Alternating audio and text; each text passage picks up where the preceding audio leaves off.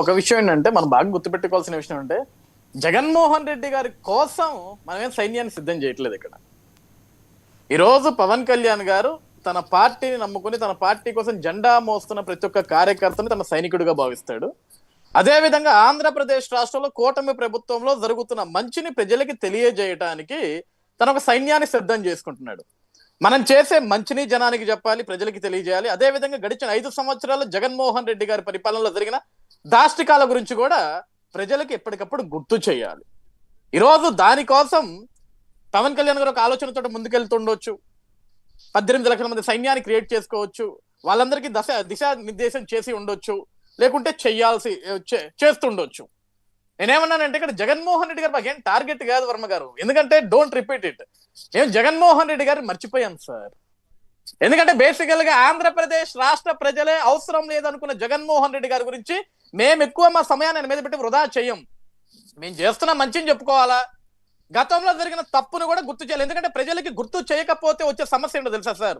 క్షణంగా దాన్ని మర్చిపోయారు అనుకో. గతంలో జరిగిన అరాచకాల్ని అంత సామాన్యంగా ఏ ప్రజానికం మర్చిపోరు. ఎందుకంటే 5 ఏళ్ళు నరకయాత్ర చూసిన ఏ ఒక్క ప్రజానికం మర్చిపోరు. కానీ గుర్తు చేయటం మన బాధ్యత సార్. ఈ రోజు మనం పాఠ్య పుస్తకాల్లో చదువుతుంటాం, లేకుంటే రామాయణ మహాభారతాల గురించి మాట్లాడుతుంటాం, వాటి గురించి చెప్తుంటాం, రావణాసుడు గురించి మాట్లాడతాం, కంసుడు గురించి మాట్లాడతాం.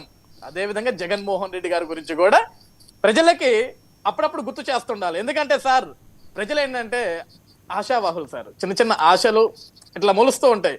ఈరోజు ఏ నాయకుడు వచ్చినా సరే ప్రజలకి మేలు చేయాలని ఆలోచిస్తూ ఉంటారు, చేస్తూ ఉంటారు. కానీ గతంలో జగన్మోహన్ రెడ్డి గారు ఒక్క అవకాశం అడిగిన దానికి ప్రజలు ఆ రోజు వెనక ముందు ఆలోచించుకుంటే జగన్మోహన్ రెడ్డి గారికి గద్దెలు ఎక్కించారు. ఎక్కించిన తర్వాత కదా వాళ్ళు తలబొట్టుకుంది.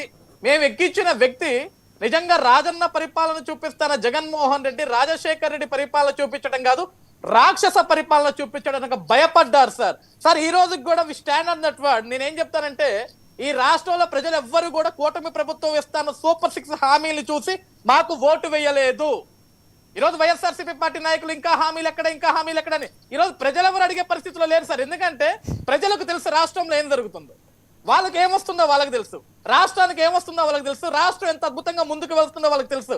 కానీ ప్రజలు ఓట్లు వేసింది మాకు ఈరోజు పవన్ కళ్యాణ్ గారిని, చంద్రబాబు నాయుడు గారిని, కూటమి ప్రభుత్వాన్ని, మోడీ గారిని, పురంధేశ్వర్ గారిని, బీజేపీ గారిని, వీళ్ళందరినీ చూసి ఎందుకు ఓట్లు వేశారంటే సార్ జగన్ అని ఒక వ్యక్తి ఈ రాష్ట్రంలో పాలకుడుగా పనికిరాడు, అతన్ని భరించడం మా వల్ల కాదని ఒక ఆలోచనతోటి కూటమి ప్రభుత్వానికి ప్రజలందరూ కూడా ఐకమత్యంగా కలిసి ముందడుగులు వేసి ఓటు వేశారు తప్ప మేమిస్తాన్న హామీలకి మాత్రం వాళ్ళు లొంగిపోయో లేకుంటే ఇంకోటి ఆశపడో వాళ్ళైతే ఓట్లు వేయలేదు. ఈరోజు రాష్ట్ర వ్యాప్తంగా ఏ ప్రజానికం దగ్గరికి వెళ్ళినా సరే సార్ ఎందుకు సార్ మేము హామీలు అడగట్లేదు, మా ఊర్లలో రోడ్లు పడుతున్నాయి, మా బిడ్డలు బడికి వెళ్తున్నారు, మా పిల్లలకు ఉద్యోగాలు వస్తున్నాయి, రాష్ట్రానికి పరిశ్రమలు వస్తున్నాయి, ఆగిపోయిన అమరావతి మళ్ళీ పరుగులు పెడుతుంది, పారిపోయిన పరిశ్రమలు మళ్ళీ రాష్ట్రానికి తిరిగి వస్తున్నాయి. ఇది కదా సార్ ఆంధ్రప్రదేశ్ రాష్ట్రానికి కావాల్సింది అని చెప్పేసి ఈ రోజు గుండెల మీద చేతులు వేసుకుని ప్రజలు చాలా సంతోషంగా చెప్తున్నారు సార్.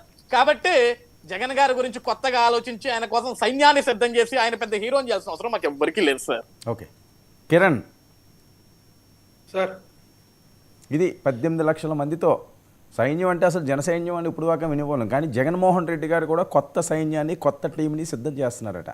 అది సామాన్యమైన విషయం కాదు. ఇప్పుడు దాకా నేనైతే వినలేను.